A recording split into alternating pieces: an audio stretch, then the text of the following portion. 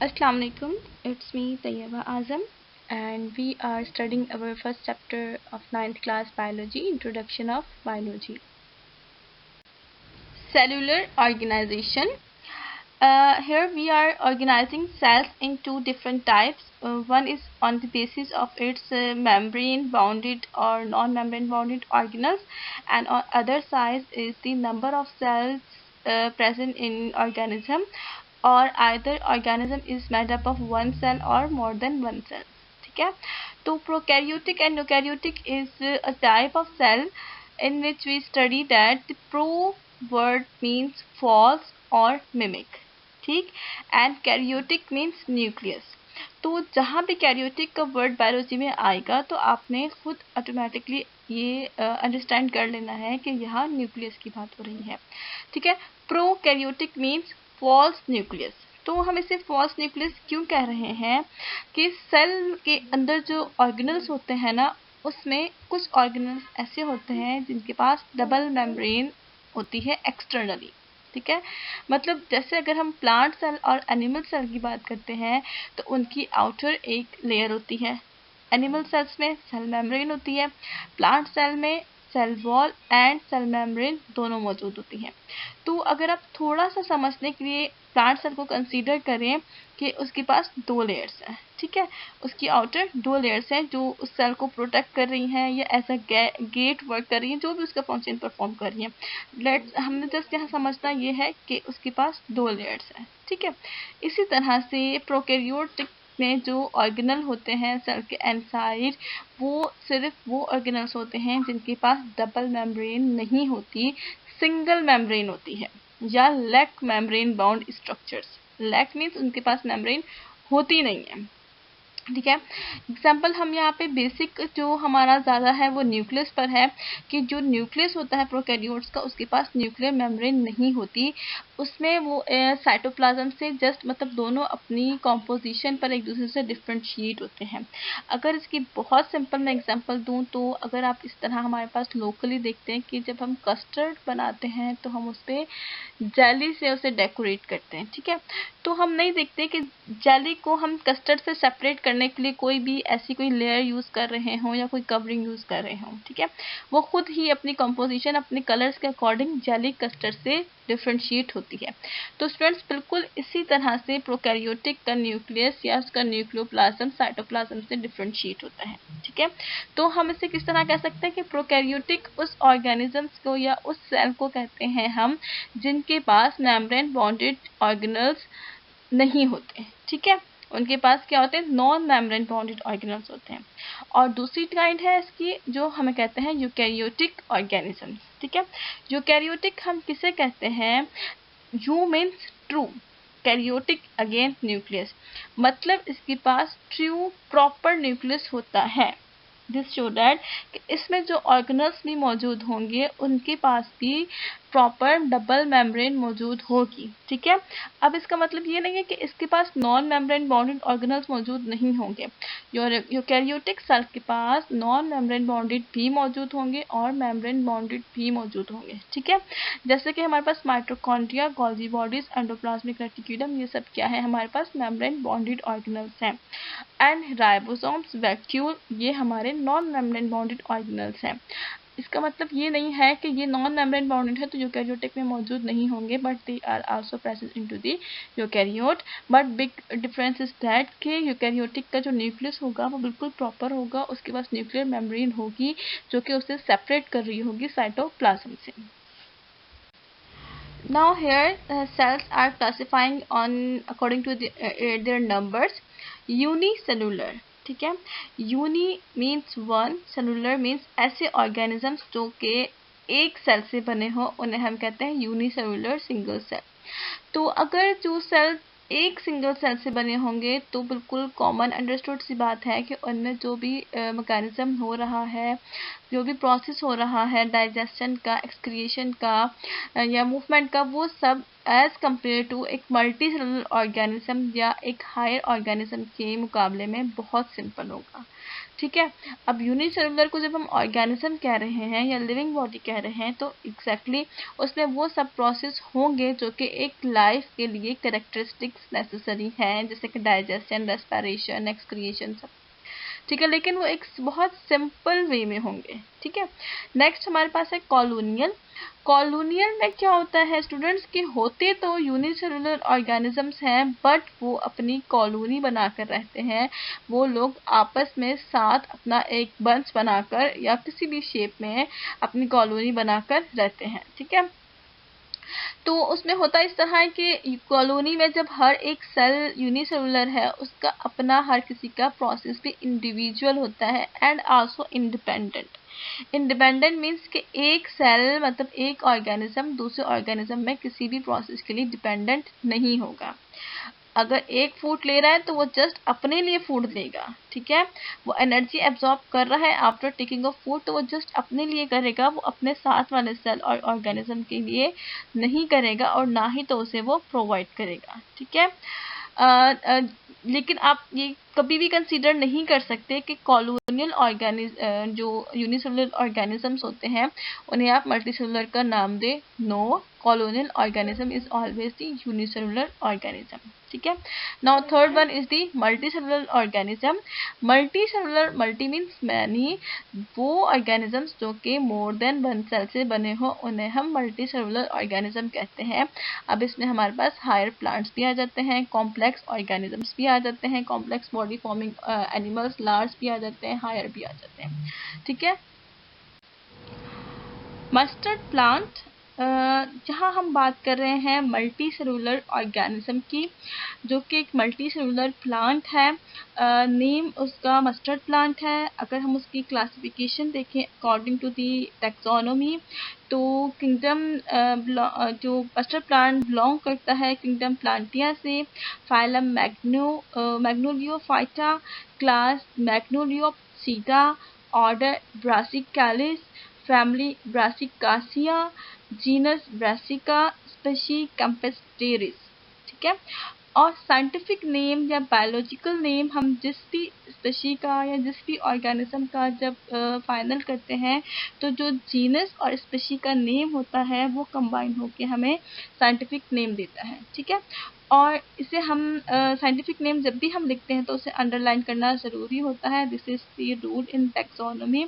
So the biological name of mustard plant is Brassica campestris।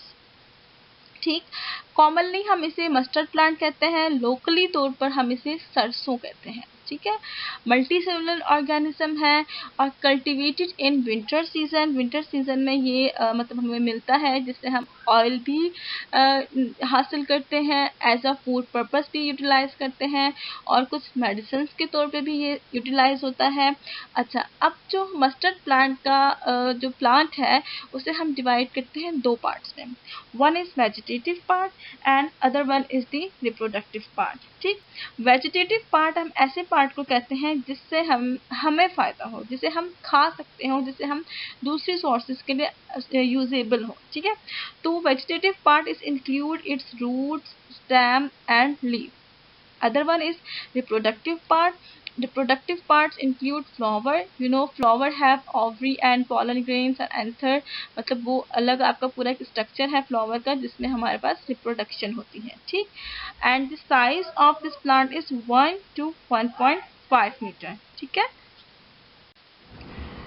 now multicellular organism example in animal is frog. A frog belongs to the kingdom Animalia, phylum Chordata. Chordata हम ऐसे organisms को कहते हैं जिनके पास vertebrate column हो। Class amphibia. Amphibian nature animals are those animals which have dual nature. ठीक है, they can be survive into the water habitat as well as onto the land, dry land. ठीक है, मतलब ये पानी में भी रह सकते हैं और खुश्की पर भी रह सकते हैं। इनकी बॉडी इस तरह से मॉडिफाई होती है कि ये दोनों हैबिटेट में सर्वाइव कर सकते हैं। Order is Anura, family Ranidae, genus Rana, species tigrina, scientific name is Rana tigrina. Commonly Rana tigrina is known as the Indian bull frog, और इसकी बॉडी पे डार्क स्पॉट्स होते हैं, और इसका जो हैबिटेट है वो हमारे पास फ्रेश वाटर है। ठीक, फ्रेश वाटर में आपका pound, lake, shallow water, muddy area, मतलब मडी एरिया इस तरह का जहाँ पर वेट मडी एरिया हो। ठीक, और फ्रॉग के पास आइज, लिम्स, इस तरह से ऑर्गन्स होते हैं, स्काउट होती हैं, बट जो फ्रॉग होता है एडल्ट फ्रॉग, उसके पास नेक नहीं होती। But if we talk about the life cycle of frog, तो इसकी जो डिफरेंट स्टेजेस हैं उसमें स्टार्टिंग में टैडपोल इस तरह से फ्रॉग के पास नेक होती है। ठीक, और बहुत सारे जो फ्रॉग के ऑर्गन सिस्टम है उन्हें हम रिजेम्बलेंस दे सकते हैं ह्यूमंस के साथ, क्योंकि जिस तरह से ह्यूमन के ऑर्गन सिस्टम या टिश्यू लेवल ऑर्गेनाइजेशन है, एपिथेलियल, ग्लैंडुलर या स्ट्रोसा, या जो भी टिश्यूज़ हैं, नर्वस टिश्यूज़ हैं या मस्कुलर टिश्यूज़ हैं, वो बहुत ज़्यादा रिजेम्बलेंस रखते हैं ह्यूमन बींग्स के साथ। तो अगर हम डायसेक्शन के पर्पस के लिए यूज़ करें फ्रॉग को, तो this is a very good option कि हम उसे कंपैरिजन करके ह्यूमन बीइंग के साथ बहुत अच्छे से स्टडी कर सकते हैं।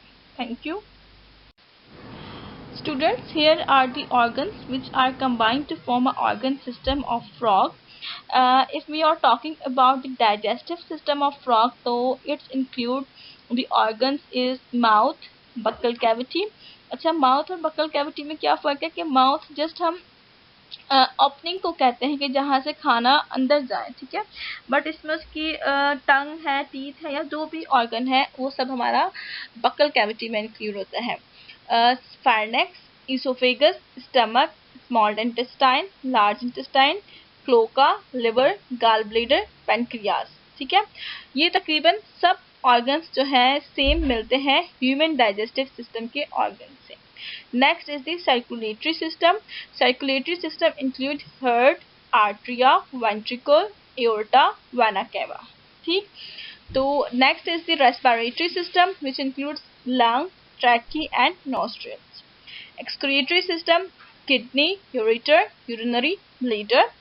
सेम इसी तरह से जो एक्सक्रीटरी सिस्टम है ह्यूमंस में भी होता है, but it's also include a urethra. Reproductive systems include testes, vasa efferentia, ovaries, oviduct, and ovisac. Nervous system include brain, spinal cord, nerves, and nerve tissues या nerve cells जिसे हम neurons कहते हैं, also include in nervous system. Now the example of unicellular organism is amoeba. Amoeba is a unicellular which is looking like or have a characters like the animals. अगर हम classification देखते हैं students amoeba की, तो it's belongs to the kingdom Eukaryotae. It's mean it's cell have a membrane bonded organelles and have true nuclear. Phylum Amoebozoa, class Lobosa, order Amobita, family Ant Amobita, genus Ant Amoeba, species Histolytica. Scientific name is Ant Amoeba histolytica. If we're talking about the habitat of amoeba, it's found into the shallow ponds, stagnant fresh water. ठीक है, and also shallow ponds have a fresh water.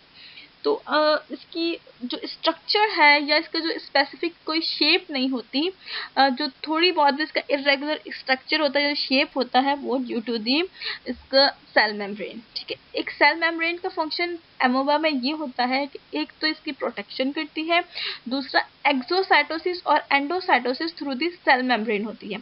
Endocytosis means anything which is entering inside the cell. Exocytosis means anything which is coming out or excrete out from the cell, which is take place by cell membrane in amoeba. ठीक, one by one organelle अगर हम discuss करें, food vacuole. Food vacuole का क्या function है कि नाम बता रहा है कि इसमें जो भी एनर्जी है, फूड है, फॉर अ टेम्परेरी पर्पस, वो फूड वैक्यूल में स्टोर होता है अमीबा में. न्यूक्लियस मौजूद है, मेम्ब्रेन बॉन्डेड न्यूक्लियस प्रॉपर मौजूद है. Lysosomes also known as the suicidal cells. उनका क्या फंक्शन है कि सेल के अंदर ऑर्गेनल्स का कोई भी अनवांटेड मटेरियल होता है, वो लाइसोसोम्स क्या कर लेते हैं, डाइजेस्ट कर लेते हैं. कॉन्ट्रैक्टाइल वैक्यूल का फंक्शन इसमें एक्सक्रिएशन का होता है. Cell membrane as I told you के प्रोटेक्शन और इसकी शेप में हेल्प करती है, और दूसरा एंडोसाइटोसिस एंड एक्सोसाइटोसिस में। एंडोप्लाज्म एंड एक्टोप्लाज्म क्या है स्टूडेंट्स? जो अमीबा है एक्चुअली उसके इंटरनली कोई स्केलेटन या कुछ भी ऐसा मौजूद नहीं होता, सिर्फ साइटोप्लाज्म होता है। और साइटोप्लाज्म की ही दो टाइप्स हैं इसमें, एक्टोप्लाज्म और एंडोप्लाज्म। जो आउटर साइड बनाता है सेल मेम्ब्रेन के साथ साइटोप्लाज्म का हिस्सा, उसे हम कहते हैं एक्टोप्लाज्म। और जो कि थोड़ा थिक होता है, जेल लाइक होता है और डार्कर इन कलर होता है as compare to inner side of amoeba.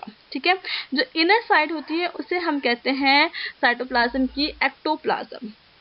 ठीक है, और जो वो और ज़्यादा थिन होती है, मतलब लिक्विड सॉल्यूशन की तरफ चले जाएं आप।